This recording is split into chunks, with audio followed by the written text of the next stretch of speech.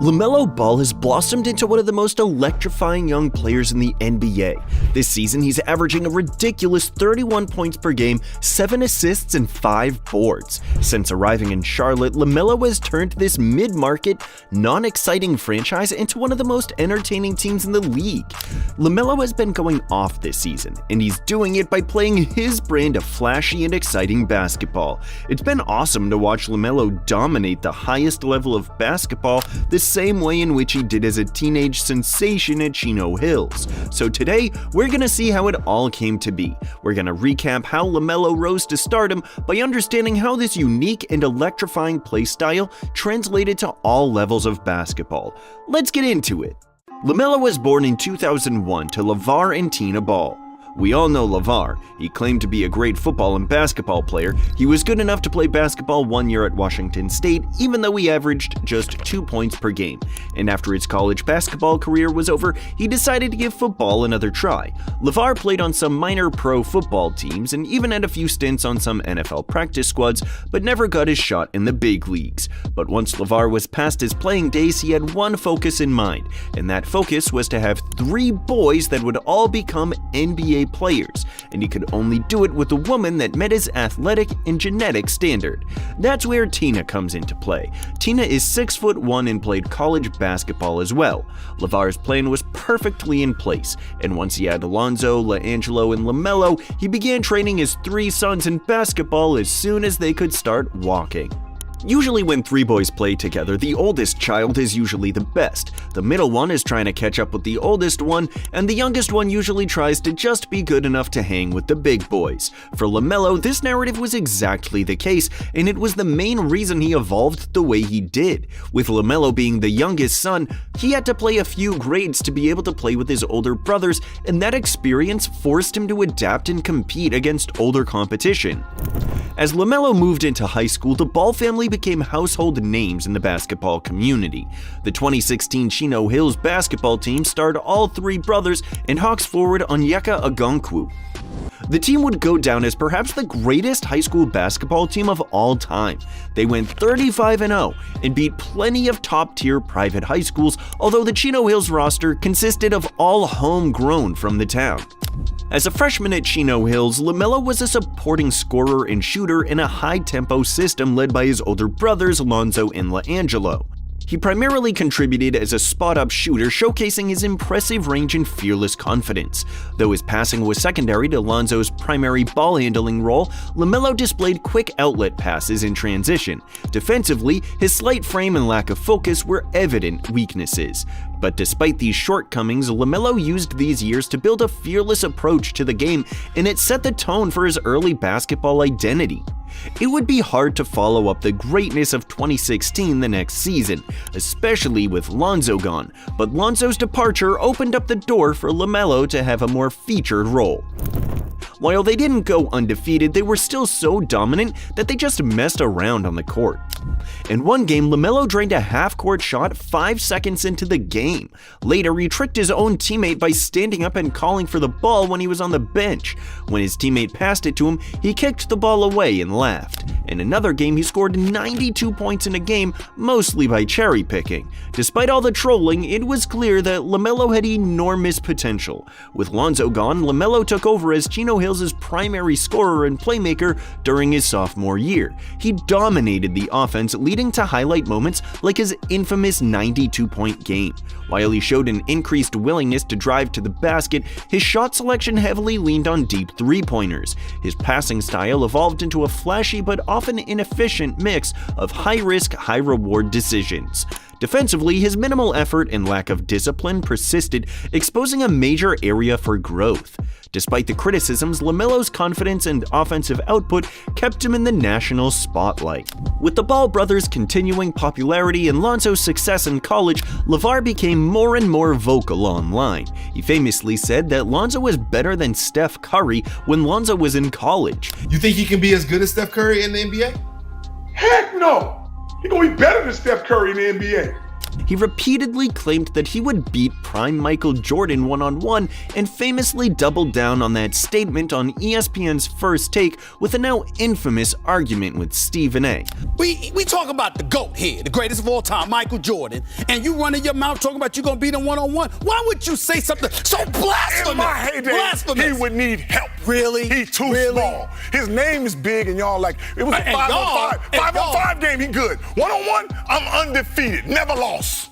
Will you stop it? Don't Never apologize lost on TV. one-on-one. That don't make any sense. Listen, Ain't nobody beat me in heyday one-on-one. LeVar started his own clothing brand, the Big Baller brand, and made signature shoes for all of his sons. Many criticized LeVar for using his son's talent as a marketing scheme for his new brand. And though I'm sure that LeVar always thought he was doing what was best for his sons, some of his decisions impacted LaMelo's future. By making LaMelo a signature shoe, LeVar violated the NCAA's rules about amateur status. This meant that LaMelo at the time lost his college eligibility. Therefore, with the loss of Melo's eligibility and LeVar being unhappy with Chino Hills' new coaching hire and administration changes, he decided to pull LaMelo out of high school before his junior season. The next move LeVar made was to take LaMelo and LaAngelo to play professionally in Lithuania, playing for the basketball club Prine. LaAngelo came to Lithuania after getting indefinitely suspended from the UCLA basketball team for stealing in China, so LaMelo had some familiarity with his criminal brother coming along for the ride. LaMelo's stint in Lithuania was a significant challenge, as he struggled to adapt to a structured professional system. Playing mostly as a bench player, he found it difficult to score consistently against stronger, older competition, and was often relegated to a spot-up shooting role. While there were glimpses of his playmaking ability, his immature decision-making and defensive lapses were frequently exposed by disciplined and much older European players. This experience, though tough, marked an important step in his basketball education, teaching him the value of structured and disciplined play. While LaMelo didn't shine much in the Baltics, he did gain a lot of experience playing pro ball at such a young age. Before the end of the season, LeVar pulled him off the team because he didn't think the coach was giving LaMelo enough minutes. Why are you not starting the boys? Nah, that ain't gonna work. Playing one at a time, it's just bull. LaMelo averaged 6.5 points per game in 12 minutes for Prine. This brief stint in Lithuania was the nail in the coffin for any hopes of Ball playing college hoops. Since he had gone pro, his amateur status was definitely gone, and it was a question of where he would play next. Later that year, another wonderful idea of LeVar's came to fruition: the Junior Basketball Association. Meant to be an alternative to college basketball, LeVar created the JBA to allow players to play professionally and be paid before they go to the NBA, and the face of this new league was none other than LaMelo. The JBA featured 8 teams from cities across the country. LaMelo was the star of the Los Angeles squad. LaMelo had a crazy season, averaging nearly 40 points, 15 rebounds, and 12 assists, and leading his team to the championship. Needless to say, the competition in this league was not great. While LaMelo is great, he should not be averaging a 40-point triple-double in a quote-unquote professional basketball league. As it turned out, this would be the one and only year of the JBA, as it has never scheduled another season. Many players in the league claimed they were never paid, and thus they threw away their chance to play college basketball for nothing. In the JBA, LaMelo was the star attraction, dominating a league created by his father, LeVar Ball. He carried the majority of the offensive workload, thriving against weaker competition. His scoring and flashy passes were on full display, particularly in transition, where he shined as a playmaker. However, his defensive effort remained minimal, as the competition level allowed him to focus almost entirely on offense. The JBA served as a confidence-building period, allowing LaMelo to showcase his creativity and regain momentum after his struggles in Lithuania. After the JBA, LaMelo returned to high school for his senior year. He showcased a more mature and polished version of his game at Spire, becoming a true team leader. This period marked a significant turning point in his development, as he blended in his trademark flair with a newfound sense of control, purpose, and overall maturity in his game. Offensively, LaMelo maintained his ability to hit deep, NBA-range three-pointers but balanced it with an increased willingness to drive to the rim. His improved body control and creativity around the basket made him a more versatile scorer, capable of attacking defenses in multiple ways. As a playmaker, LaMelo's court vision and basketball IQ were on full display. He orchestrated Spire's offense with precision, making not only flashy highlight reel passes but also smart, efficient decisions in half-court sets. His ability to involve teammates elevated their performance, showing a more team-oriented side to his game. This growth in decision-making reflected his increasing understanding of how to control the pace of a game, a skill that would later translate to professional play. On the defensive end, LaMelo still had noticeable lapses in effort and focus, but his physical growth and improved instincts started to make an impact. Standing at 6'7" with an even longer wingspan, he began to use his length more effectively to disrupt passing lanes and contest shots. While he wasn't yet a lockdown defender, his improved defensive presence hinted at his potential on that side of the ball. Perhaps the most notable aspect of his time at Spire was his leadership and maturity. Having already experienced professional basketball overseas, LaMelo brought a level of experience and confidence that set him apart from most high school players. He became the centerpiece of a nationally recognized team and consistently performed under pressure against top competition. His ability to blend individual brilliance with team success showed his evolution into a more complete player, silencing some critics who had questioned his maturity and commitment to the game. By the end of his senior year, LaMelo's performances at Spire solidified his reputation as one of the top prospects in the world. Although LaMelo was 18 and graduated high school, he was not yet eligible for the NBA draft as players needed to be 1 year removed from high school. And while we mentioned before that LaMelo lost his college eligibility, his only option was to go back overseas, and this set the stage for his transition to play professional basketball in Australia. LaMelo would sign with the Illawarra Hawks in Australia's NBL. The NBL was a transformative chapter in Melo's career, and it solidified his status as a top NBA prospect. As the centerpiece of the team, LaMelo thrived in the structured yet fast-paced environment, displaying his ability to adapt to higher levels of competition. His time in Australia not only solidified his status as a top NBA prospect, but also showcased significant growth in his game, particularly in decision-making and adaptability. Offensively, LaMelo displayed his electric and exciting brand of basketball, but demonstrated a level of maturity behind it. He was extremely versatile and demonstrated the ability to score at all three levels. While his jump shot remained inconsistent at times, he compensated with an improved ability to attack the rim, using his size, agility, and creativity to finish through contact. His ball handling and change of pace were instrumental in breaking down defenses, allowing him to penetrate and either score or set up teammates. His floater became a reliable weapon in his arsenal, complementing his dynamic scoring ability. Despite his sometimes streaky shooting, LaMelo's confidence in taking difficult shots kept defenses on edge. What truly set LaMelo apart in the NBL was his elite playmaking. He consistently displayed advanced court vision, delivering pinpoint passes in transition and half-court settings alike. Whether threading no-look assists through tight windows or orchestrating pick and rolls with poise, LaMelo's ability to elevate his teammates was evident. His decision-making, while not flawless, showed marked improvement as he learned to balance his penchant for flashy plays with a more disciplined approach. This blend of creativity and maturity in running the offense hinted at his potential as an NBA-caliber point guard. Defensively, LaMelo began to take strides, though this remained an area for further growth. His improved effort and focus were apparent as he utilized his 6'7" frame and long wingspan to disrupt passing lanes and contest shots. While his fundamentals and on-ball defense were still developing, he showed flashes of his potential to be a disruptive force on this end of the court, particularly when engaged. LaMelo's time in the NBL also prepared him for the physicality of the NBA. Competing against grown men who tested his endurance and physicality helped him refine his body and mindset for the next level. By the end of his season, he was awarded the NBL Rookie of the Year despite missing games due to injury, underscoring his dominance and influence on the court.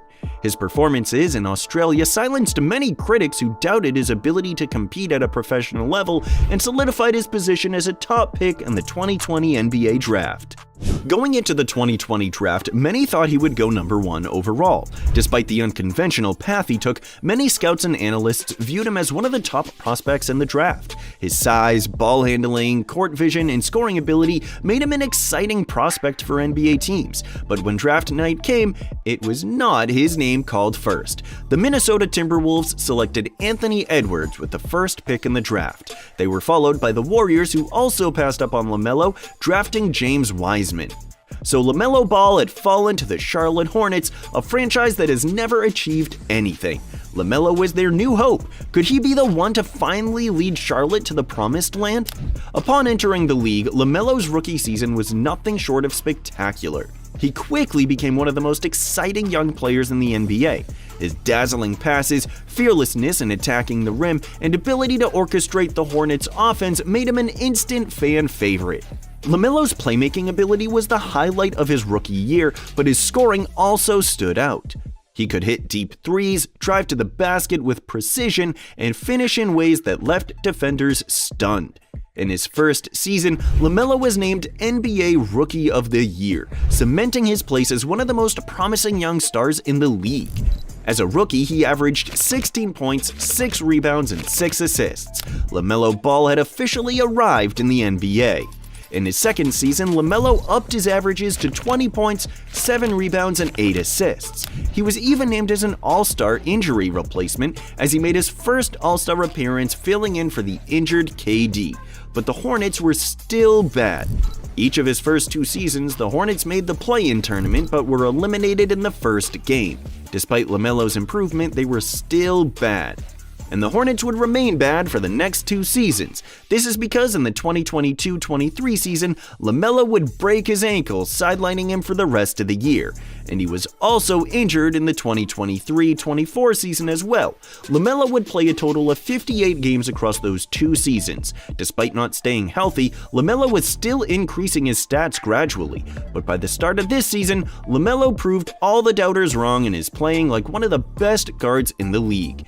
This season, LaMelo has been unstoppable. He's averaging 31 points, 5 rebounds, and 7 assists. His 31 points are second in the NBA right now, and he isn't scoring in the traditional fashion. He's hitting ridiculous step-back fadeaway threes, finishing circus layups at the rim, and toying with his defenders like he did back at Chino Hills. LaMelo has been playing with a nonchalant, seemingly careless attitude that has never been effective before in the NBA.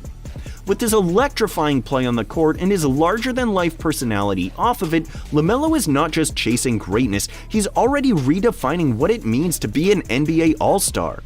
As of right now, it's not translating to wins, but the Hornets are still rebuilding. If Charlotte can put the right pieces around LaMelo, we could be in for a legendary team just like 2016 Chino Hills.